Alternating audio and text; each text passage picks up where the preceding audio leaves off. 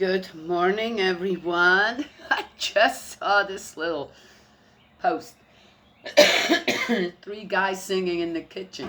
You guys know this song? Hey, yeah, yeah, yeah. Hey, yeah, yeah. I say, what's going on? Okay, if you notice the words to the song, it was like, I listen to it. That's exactly what I do. I get up in the morning and yep, I step outside, take a deep breath, and I get high. People have asked me, they even have on posts, they would come in and say, yeah, what are you smoking or something, or lay off the drugs or whatever. I'm going, what? I don't do drugs. Doesn't matter if it's recreational or pharmaceutical. I can't. My rug right here, coffee. Yes, I enjoy a little bourbon and some beer here and there. Yes, yeah. Yeah, great stuff. Really, when it comes down to it, every once in a while, right? Yes. Okay, but yeah, I have to say, I'm a real happy person. Okay, happy. I just don't want to be a grump. It's very difficult for me to be around grumps. And I think I annoy people when I'm around other people. And annoy them in the morning because I'm already ready to, hey, guess what? I thought this, that. And they're annoyed. I'm so happy in the morning, right? Yes, I do take, but I do that by my own, right? On my own time. I get up, and you kind of, okay, I'm gonna make the coffee, right? Yes. And but within a short amount of time, so my mind starts to get activated, and everything's running, and oh yes, oh my legs feel great today. They do actually. I slept wonderful. Must have done something. I got a little reward again. I'm not sure. Well, anyway, and so yes, yeah. How can one annoy people, right? When you're happy and content, and people even come and say, you can't be not on something, right? Well, come out. I think it is one of the most amazing things, and I do that every morning, right? Is to just step outside, fresh air, right? Yeah, that's all one of them. Oh, the air quality and the weather, right? Air quality, got air quality. I'd have to start including that now. What? To make it more serious about what? And it's, I get it. In some places, that's important to know. But we don't live in a city here. Yes? Okay.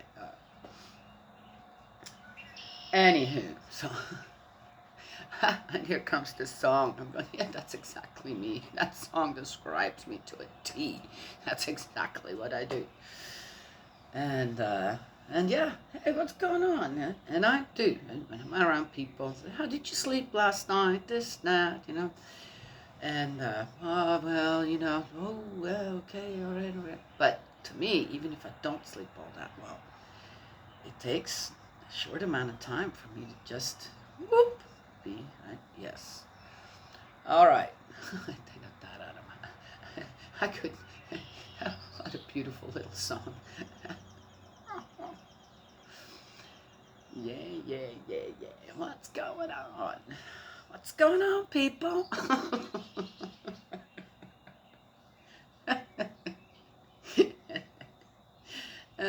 What a trade. As a happy person to annoy unhappy people. All right. Yesterday, so the boys and I, uh, mostly the boys and I, mostly my grandson and we got into, I walked upstairs a few days ago, and here is my daughter and son-in-law, and they're watching a show. I'm going, oh, this looks interesting. What is it? It's called The Boonies. And I think it's on Hulu. It's on Hulu. Yeah, it's got the commercials going. 2-minute commercials. Dear me. Anyway, and looked really good. I wanted to watch it from the beginning, so I went downstairs. I got my own TV and started watching. And my grandson came. We watched some together, and then we found another show. There were only 8 episodes. I kind of left the house waiting for the winter to come and see what they were going to do in the winter time, but you didn't get to see that. And so it was just 8 episodes. And when it was done, my grandson looked at each other and said, "That was it? Babe, we want to see more." So I looked for another show, and I found I also love to watch Alone. Okay, yes, yeah, I do. I just love watching it. It's like, what are they gonna do next? Let's see how they're gonna survive, right? Yes, and the ingenuity of the people, it amazes me, and I always learn something too. Yes. So we found this other show, Alone, where some of the people that had been in the shows in different seasons kind of got together, or they didn't get together. They're all in their own respective places, and they give each other challenges. Yes, yeah, to do certain things. And then they get a box with whatever in it, tools and some things, and that's all they would be allowed to use then to build either, a partially underground shelter or a fireplace where you can a oven fireplace where you can even bake in it. And my grandson and I got really into it. He got really into it, and he asked all kinds of questions. Rosie, what they doing now? I said, well, not sure. Let's figure. Oh yeah, I know what they're doing now. Yeah? And it was amazing to watch that with him. Well, guess what? That post yesterday, right? We came out here, and suddenly I'm seeing my grandson. He has a stick, and we got some concrete here that's a little rough, and he's starting to scrape it. And I'm going, "What are you doing?" He says, "I'm making a spear." And he said, "You are?" I said, "Yeah, for fishing." Yeah, you. And I'm going to give it to Papa. That's his grandpa, right? My husband. I'm going to give it to Papa because Papa is into things like that. Yeah, it's okay then. So the boys suddenly are out here. We had a little pile of sticks down there that we had collected for the fireplace, and they were all looking suddenly for sticks, all of them, the 2 boys and my little granddaughter, and to do the same thing. And they were really good at it. I was amazed. I go, okay, and it came up and they started pulling the bark off, and here, look at you guys. So I'm now. One thing that I saw in there was on how they made natural fiber rope, and I went, I want to try that. And so they pulled off this bark from the sticks. Now this is probably not, but look how strong this is. And I haven't quite figured out how to do it right. I've got to watch a little video or something. But then I got into doing that, and I said, "Hey, look!" To my grandson, I said, "Look, I'm making a rope like they did." Yeah? And he says, "Oh wow, Grozy, that's great. I want a piece." My little granddaughter says, "I want a piece too, Grozy, for my stick." So here we were. It was a big old mess. I already cleaned it up. Big old mess with sticks, and they were just.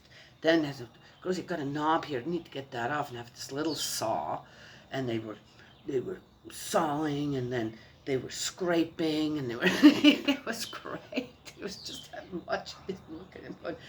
There you go. Just watched a show that got these boys, yes, interested in doing something like that, right? Yes, wonderful. Anyway, oh, we must have spent 2 or 3 hours out here just doing that, and I'll show you someone. Let me go get one.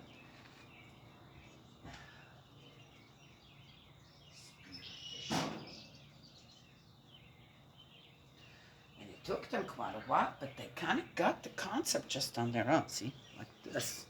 Yeah, right. Yes. Anywho, yeah. So, of course, there is no fish down there, and this is okay. But we had some water balloons, and I said, "Hey, why don't we fill the rest of the water balloons that we have. Then you guys can put them out in the grass and you could go water balloon fishing, right? Spear fishing. So they did. Oh my gosh, they had so much fun doing that. Well, there you go, right? Then they were very responsible and went and picked up all the little pieces, yep, from the balloon.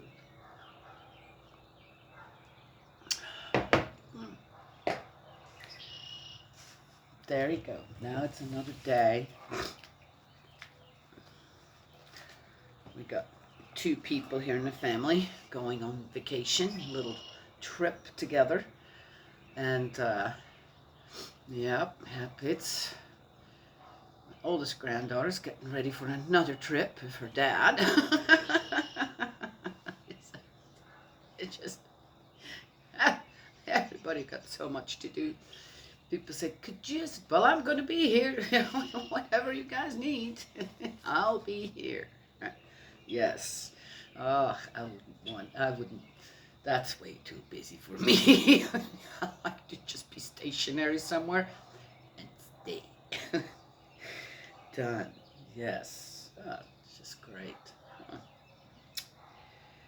Okay, so we're in Joshua 23.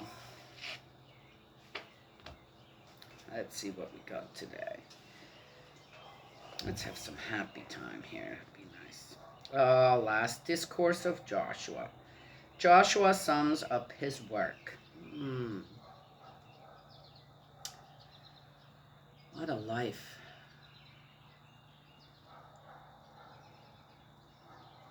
So much responsibility. Now, long after Yahweh had given Israel rest from all the enemies surrounding them, Joshua was old now, far advanced in years. Joshua summoned all Israel, their elders, leaders, judges, and officials, and said to them, I myself am old, far advanced in years. You, for your part, have witnessed all that Yahweh your God has done to all these nations for your sake. Yahweh your God himself has fought for you.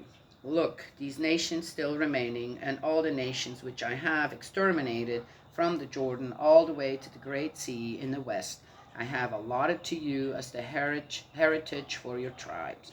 Yahweh your God will himself drive them out before you. He will dispossess them before you, and you will take possession of their country, as Yahweh your God has promised you.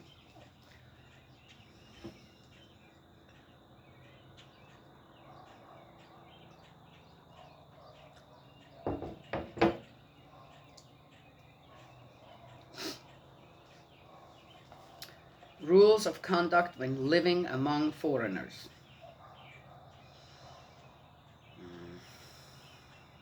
It's a short one. I don't even know what to say anymore. I think I've said it all. Really, when it comes down to it. Now I said that. Spirit World's laughing at me. I mean, literally. I know you guys can't hear it, but I can.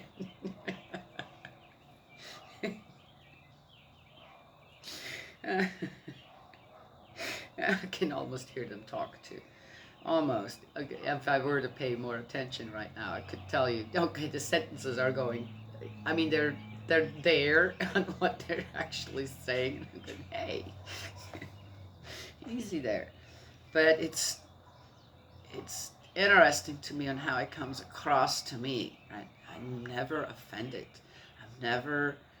I don't feel like, well, you don't understand me, or so is that a problem for you? Yeah. Just as I said in the morning, you can annoy people when you're too happy, right, around them because they're so grumpy, right?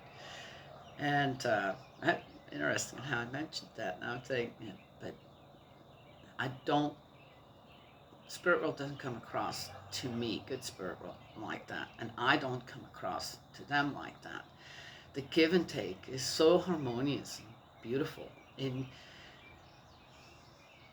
It's almost as if we, right, spirit world and I have developed this friendship that just goes through thick and thin, and health and sickness, and joy and sadness, and all together, but in this just amazing, harmonious way.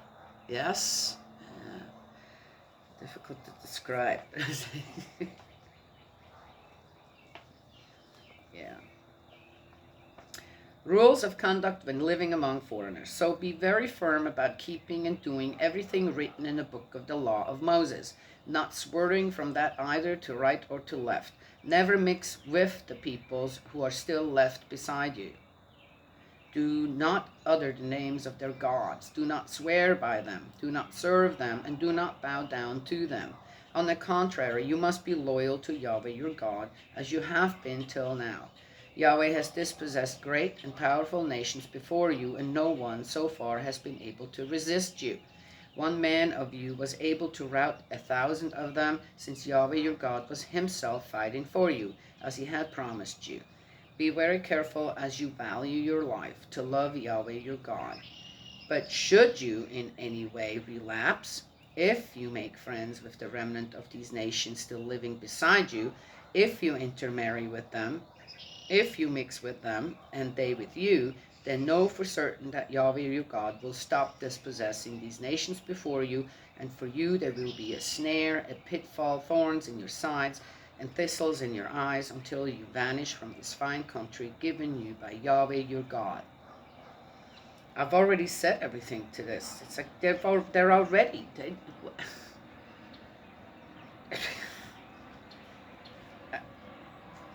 It's just so odd to me.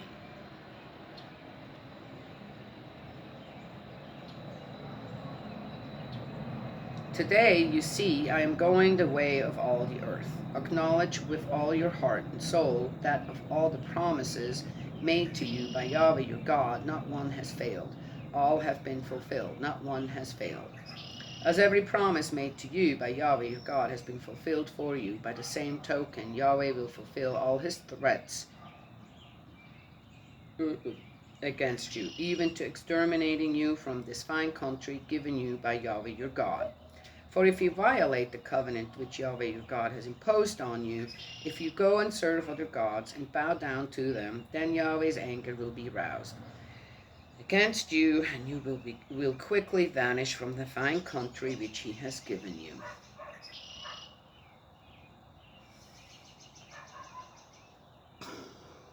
What a grump. Okay. Is that why I had to start with that other one before it?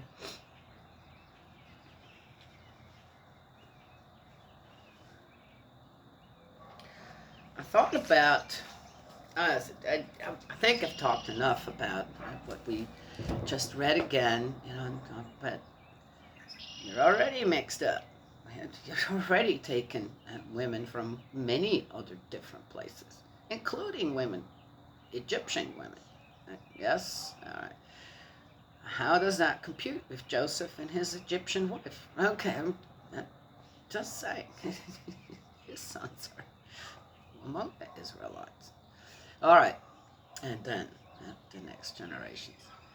Well, anyway. Wow, what a way to get everybody together and last words. I'm old, I'm going to die. Here are my last words to you. And it is about what?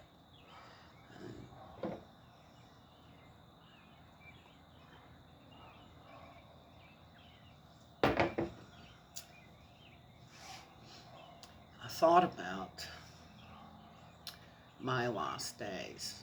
And I already thought about it. I should do it. Then I thought, not. I gotta wait until you get older. No, my feeling is that supposedly I know just about the exact date when I expire here. I know, weird one. Yeah, I know.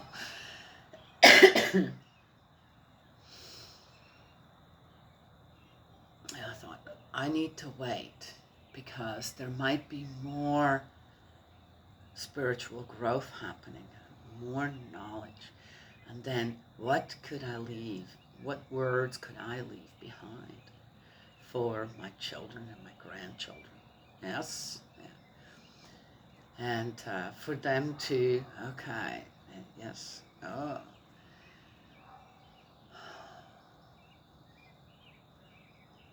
But it would sound very different. It does.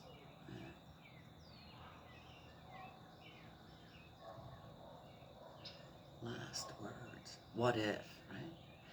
At every funeral, last words of the people that they've written down on the round for the people. Right? Yes. Yeah. Be interesting. I'll tell you a story.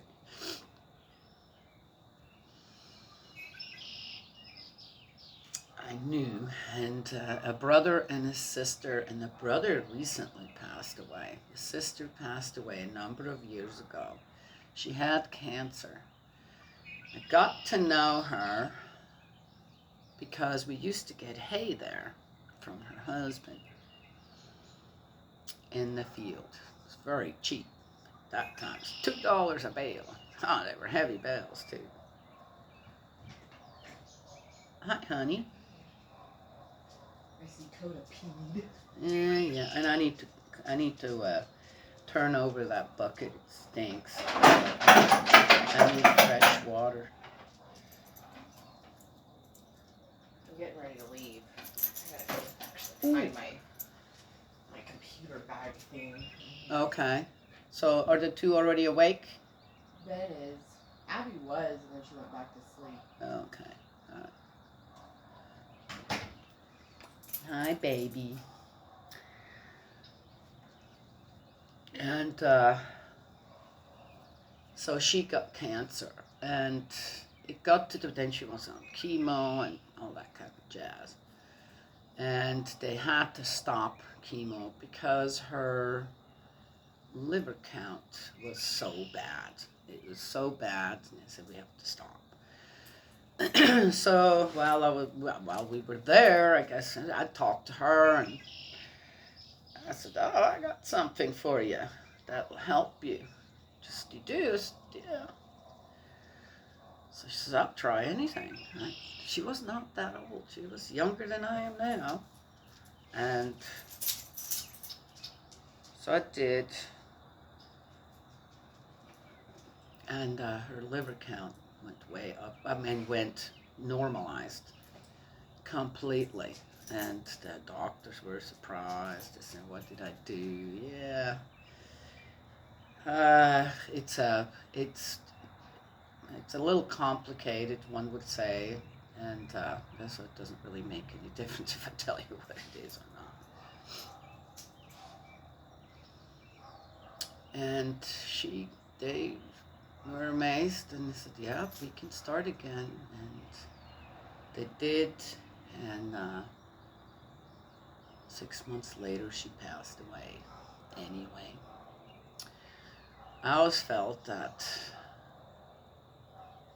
maybe if she would have just continued, right, with what I'd given her to do and take, she might have lived longer.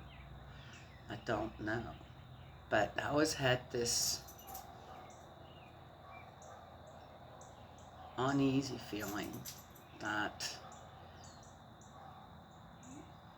I made it possible, right, for her to get back on that poison treatment. Yes, it works for some people, right? It didn't work for her. Anyway, so after that, I was very, very careful on how I help people, mainly because I thought, well, what does one make possible? Anyway, so she passed away, and the funeral was happening, and I don't do well on funerals. I really don't, because I said, like, okay, guys, look, spirits immediately surround me, and especially, oftentimes, the one that has passed away.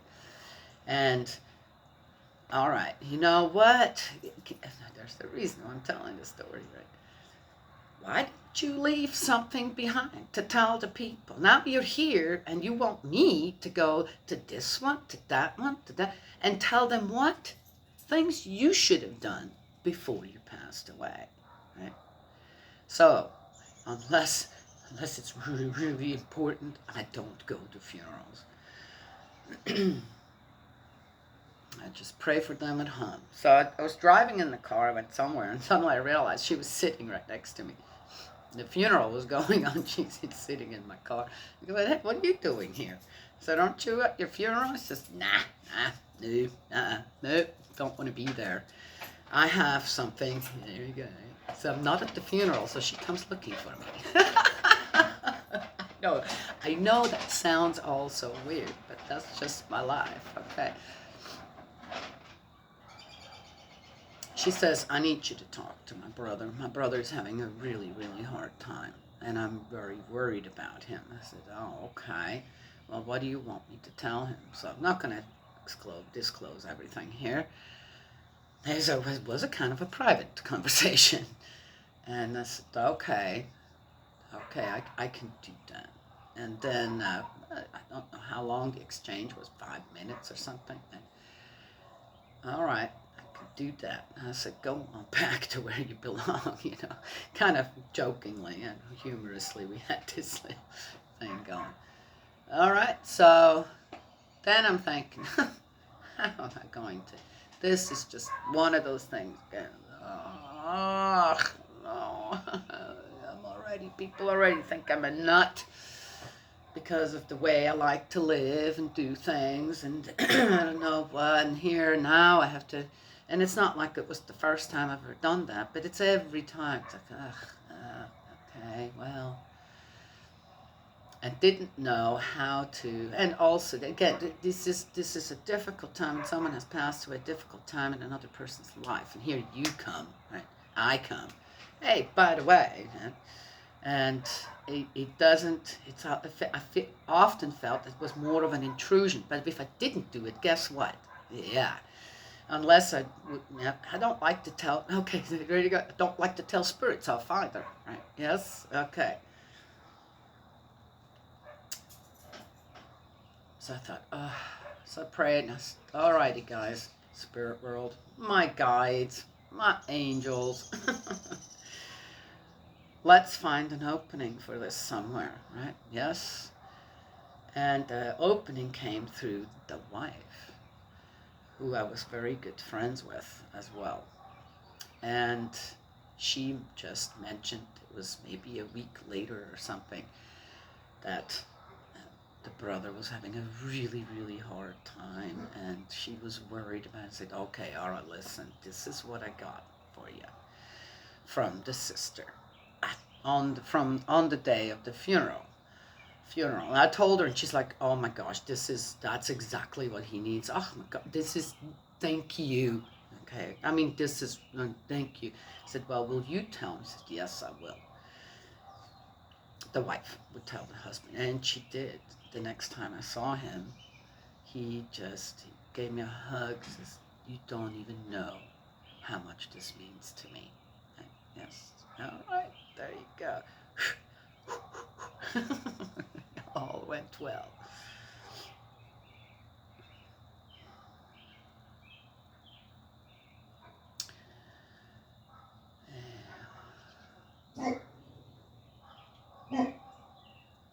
So, when there is still something that needs to be said in a way, right? Yes, to the people, why not? If you know that could be something that's going to bother you. Baby! That's one of the few times I heard her bark. What's going on? What's going? Yeah. What's going on? All right. There might be something in my coffee. Okay, all right. Danielle.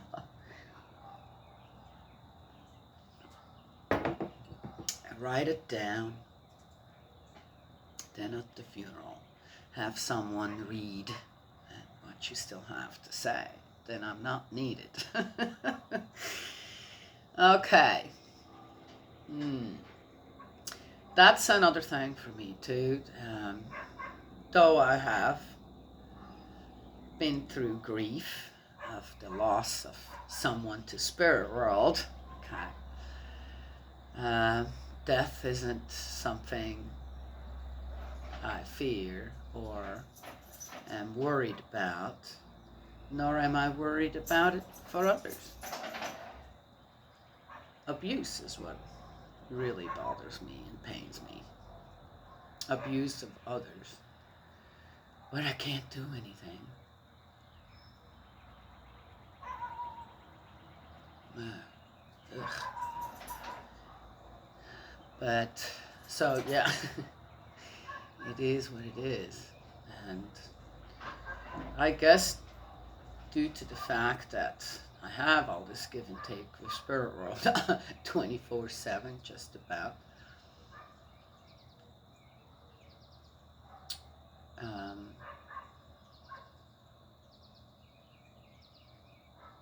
I can laugh about certain things, even when it comes to that kind of the realm of transition, right, from earthly life to yes, spirit life. Yeah. Anyway, explain that someone is not misunderstood. Laughing at death, that's not what it is. There's such a happy element to it when it comes down to it. There really is. Anyway, I was going to tell you guys one more thing. Oh, yeah. Oh, interesting.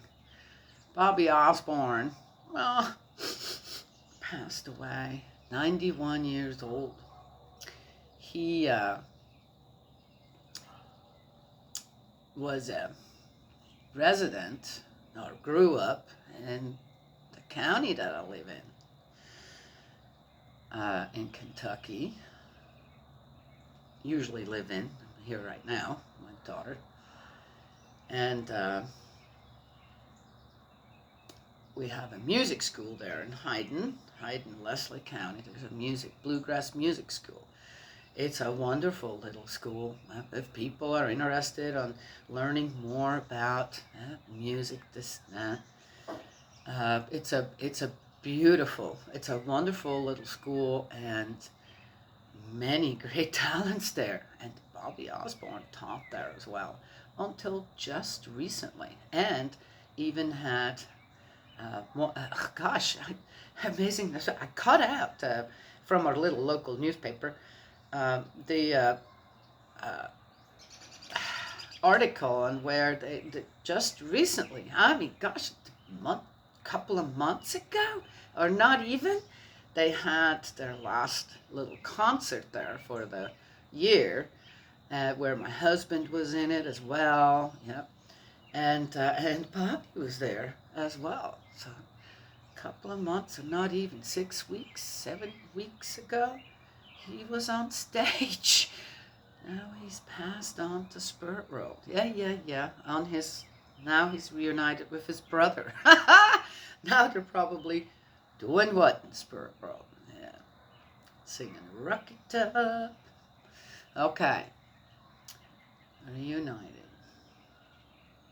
And my husband had many lessons with him, played with him, again, until just recently. He's given so much to, both of them did, to this little county where they grew up.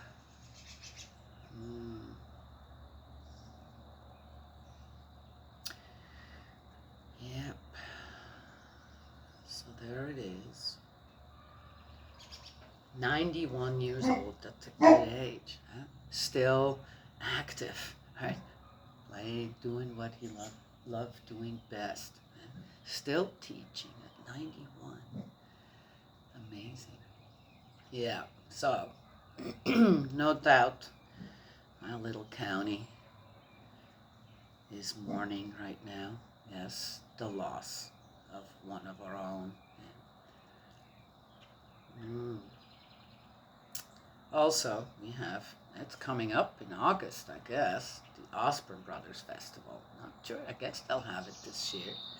And one of the brothers, used to be both of them, and then one of them passed away, and the other one Bobby kept on coming every year. Right? Played at least one set. Yes, yeah. Osborne Brothers Festival in Hayden, Kentucky, Wesley County. Yes, it's a great little festival. Yeah, if you like that. 3 days, 4 days, 3 days. And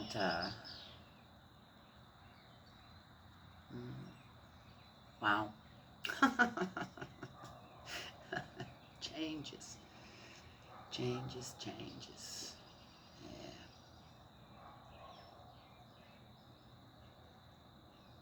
All right. Zoning out here a little bit. Just thinking about people who have passed away. What do we leave behind? Right? Yes.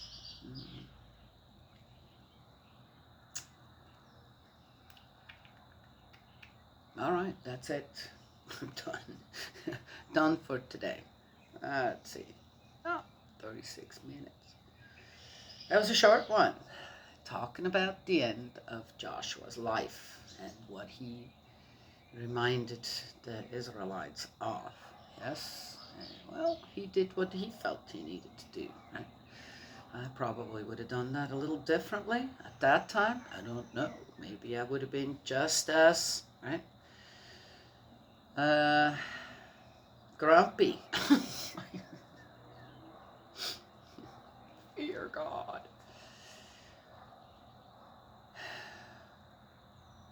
Was that necessary? I don't know. I wasn't there.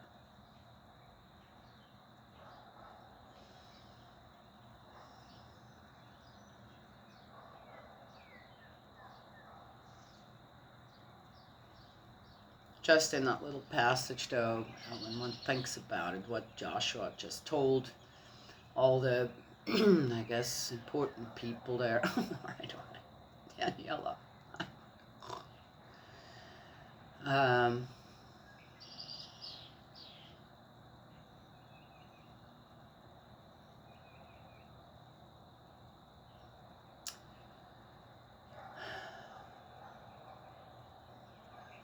How happy were they, actually, under the guidance of God?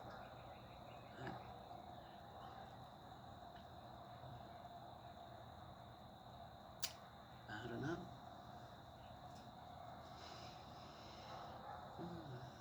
All right, that's it. I'm just zoning out right now. God's love and blessings always. May He protect you, and I'll talk to you another time.